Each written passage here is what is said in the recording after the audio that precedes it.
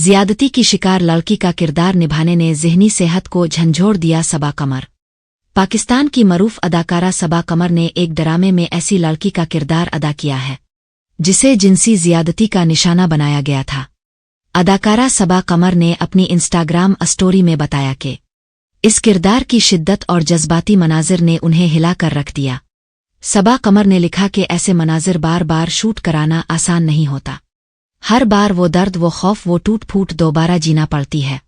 उन्होंने मजीद कहा कि उन सब चीज़ों ने मेरे असाब और जिस्म दोनों के लिए बहुत दर्दनाक साबित हुआ है।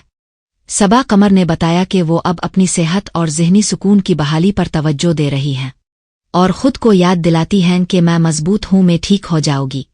अदाकारा ने शमून अब्बासी, नादिया खान और अतीका ओजो की जानिब से एक शो में उनके इस किरदार की तारीफों पर शुक्रिया भी अदा किया और कहा कि जब आपके साथी फनकार आपकी मेहनत को तस्लीम करे तो वो सबसे बड़ा इनाम होता है।